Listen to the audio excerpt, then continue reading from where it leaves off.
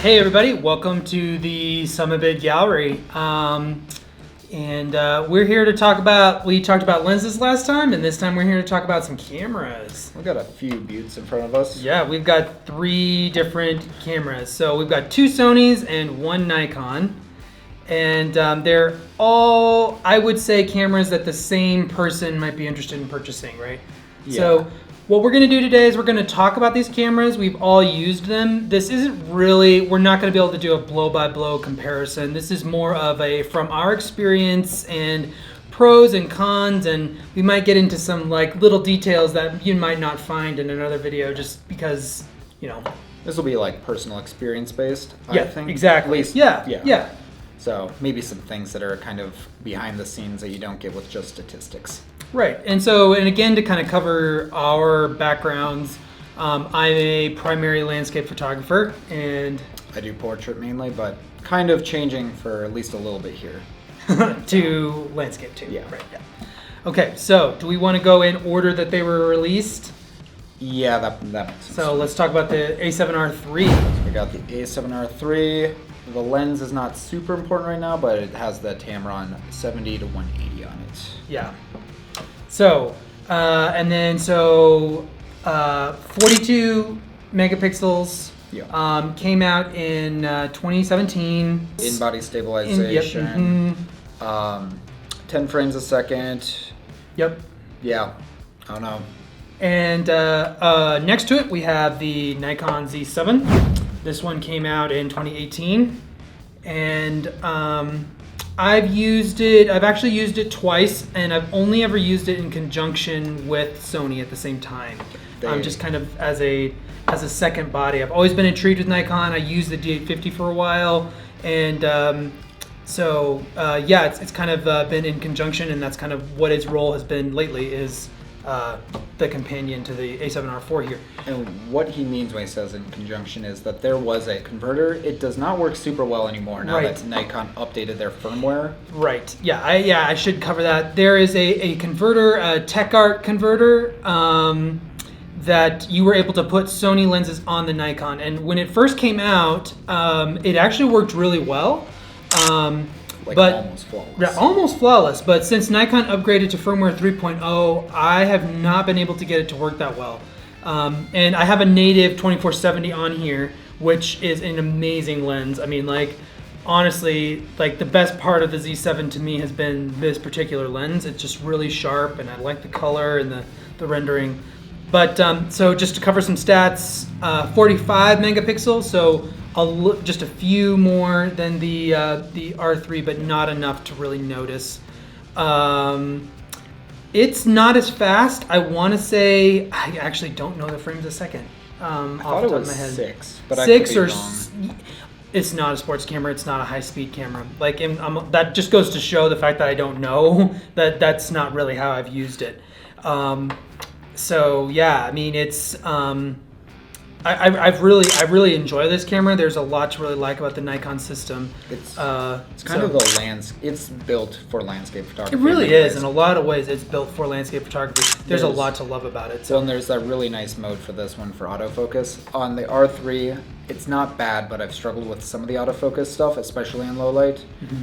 On the Z7, you have a mode that you can do night autofocus or low light. Yeah, well, it'll focus on a star. Like, yeah. It's amazing. Crazy. It's crazy. And that is autofocus firmware 3.0 and later. So if you have a Z7, like, it's time to upgrade your firmware if you haven't already, because it's a different camera with 2.0 and 3.0. Yeah.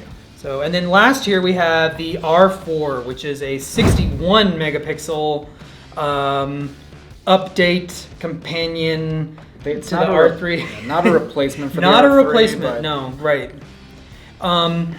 We have another video up on our channel where I take the A7R4 out and shoot with it, and I kind of cover some of the pros and cons of it. But to me, this camera is both the best and worst of the 3 cameras here. Like, that's what's kind of funny about it. High risk, high reward. Exactly. Kind of yeah. And we've got the 85 G Master on there, which is actually one of the lenses I feel like actually showcases its power and it's a prime camera. Let's put it that way. Yeah, it kind of is. It's kind of, to really get the most out of this camera, you really kind of should put primes on it. Yeah. Let's talk about some obvious differences and then some not so obvious differences. So I think one thing that has been addressed a lot and like we can kind of give some real world advice about is the memory card slots. So Z7 here is rocking this single XQD card.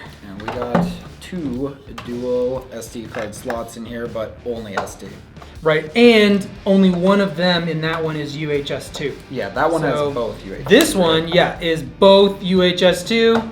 We got a couple of pro grade 256 cards in here, which actually, side tip is this is the best card that I've used in this camera. I've used Sony brand cards, I've used Lexar cards, I've used SanDisk cards, and these pro grade 250 megabytes a second one, they seem to just work the best with it. So that's just my personal experience, you know. So, but yeah, I'm kind of a pro grade guy now because these cards have been so good in this camera. So. And that camera is where you're gonna notice it. It exactly. Is moving data. It is moving data, and that is one thing. If you are like shooting a lot of like wildlife with your landscape, you're doing like high frame rate stuff. The buffer on the R4 fills so fast and takes so long that the R3, it's just like the megapixel difference is just not worth it at all. Yeah. Well, and the other thing you were saying, like you can notice for sure, but you don't notice unless you're really peeping on pixels. Right. So. Yeah. I mean, in a landscape image in ideal conditions with a really sharp lens, perfect focus, the R4 is amazing. It's beautiful. Like it truly is, you know. And then the files are high dynamic range, so you can really work with them. So like ideal conditions, like it's amazing. But the truth is that you're rarely shooting in ideal conditions. Yeah. And like it's a lot of work and everything to kind of get it to that scenario where that really works. So. Well. Yeah. I don't know. With the R4, I think that's a perfect kind of. If you're the type of photographer that does just like classic landscape stuff, where you go, you set up your tripod, you're not taking panoramas, you're shooting wide angle. Like that might be the camera for you because if you put like, I don't know, Sony's new 12 to 24 on there, it's supposed to have really good autofocus and it's wide enough. That could be just an amazing setup, but you have to be that type of landscape photographer. Right. And so like we kind of covered the memory cards. That's one thing that's talked about like in differences. I never had any issue in all my use with the Z7 with the XQD card. Like so the single card slot, that's just going to be a pure like I need the peace of mind. But because of it's an XQD card, like it's fast, it's great, it's reliable to use, and I never had any issue.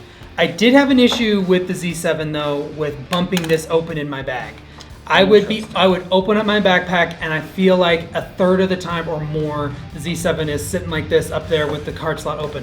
So that's a little like just, you know, in the next iteration of this camera from Nikon, I kind of hope that they, a lock or something. So I think we've kind of talked a lot about the differences between the R4 and the R3 here. Maybe what we can do now is kind of move to a Nikon Sony comparison here. So some of the differences that you're going to experience using a Nikon and a Sony. So one thing about the Nikon that's I love is this beautiful back touchscreen.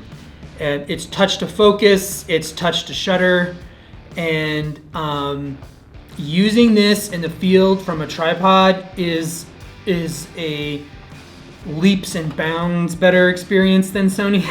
Well, on a tripod, locked off, taking landscape shots, the Z7 is so much funner and more efficient to use than a Sony because the touchscreen you can touch to focus, but you don't touch to shutter. And then also the back screen on the Sony is just both of them are the same, cameras, and it's not good. Night and day difference between just the resolution and quality difference of the back screen between the two. Yeah, and the Nikon screen is beautiful. It's it's sharp. It feels like you can actually check the sharpness and the focus with it in a different way than with the Sony. So that's like a usability thing. That's one usability thing. But then, kind of coming back to Sony, something that Sony has that Nikon doesn't is that Nikon here only has 2 dials and the Sony has 3.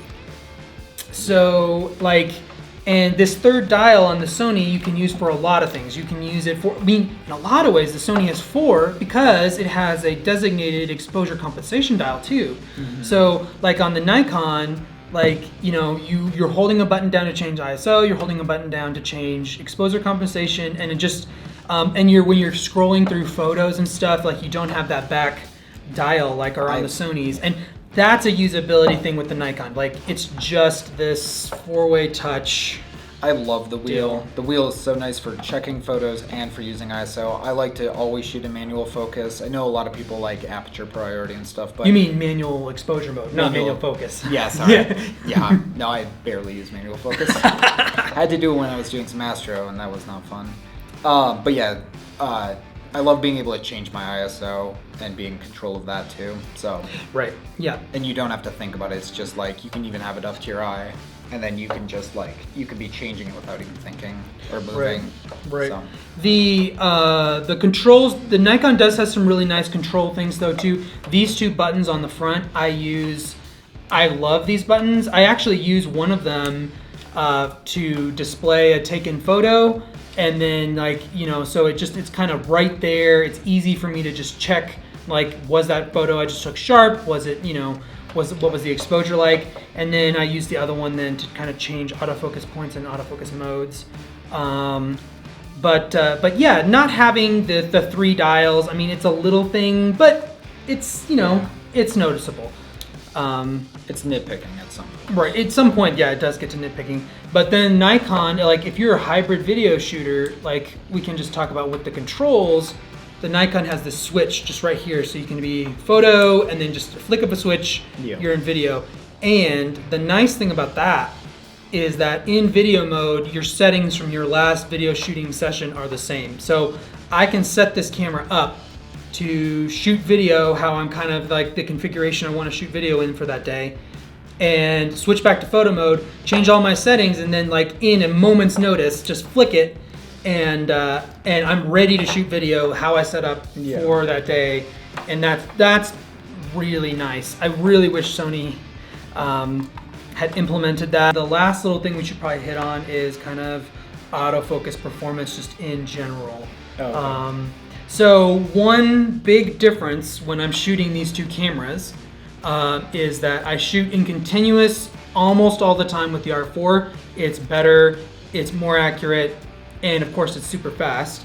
And I actually shoot in single shot with the Z7 because the continuous is, it's more iffy. It's gotten better with the firmware, but it's still continuous autofocus and tracking and everything is so much better with Sony.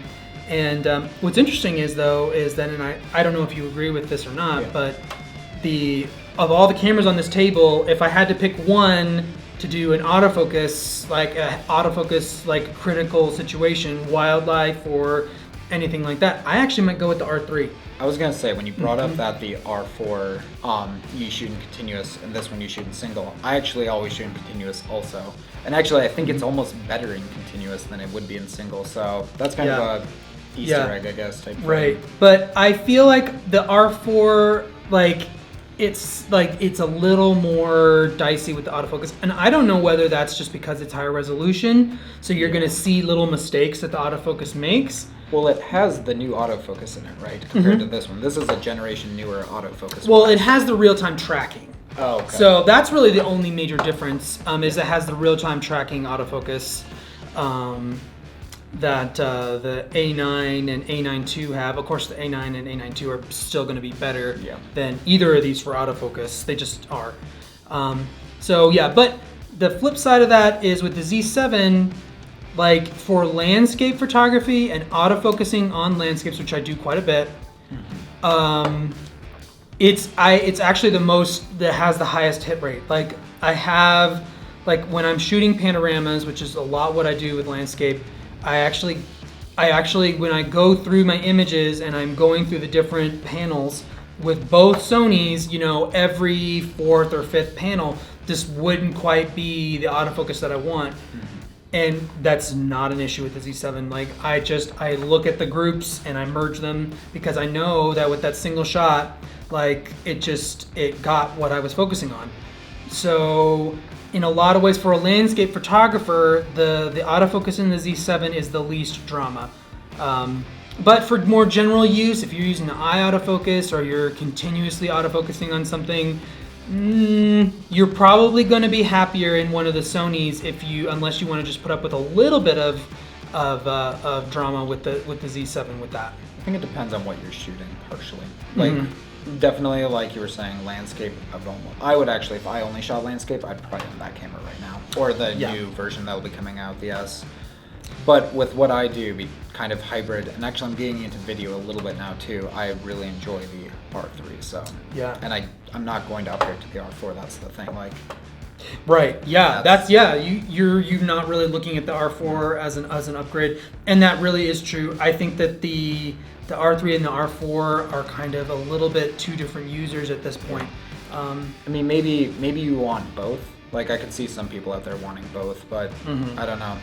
I'm okay with the R3, and actually, if I were to get a different camera, it's either going to be another R3, or I might be waiting for the A7 IV to come out. A7 IV, yeah. Okay, well, so that's kind of our look at these three cameras. Like I said, it's not a blow by blow comparison. It's just kind of a kind of a thoughts and experiences, and maybe a little bit different perspective than what you have. So anyway, if you enjoyed this video, give us a like, and if you want to see both more like Gear Talk videos like this, and then also some of our adventures in the mountains, I would hit that subscribe button. So later.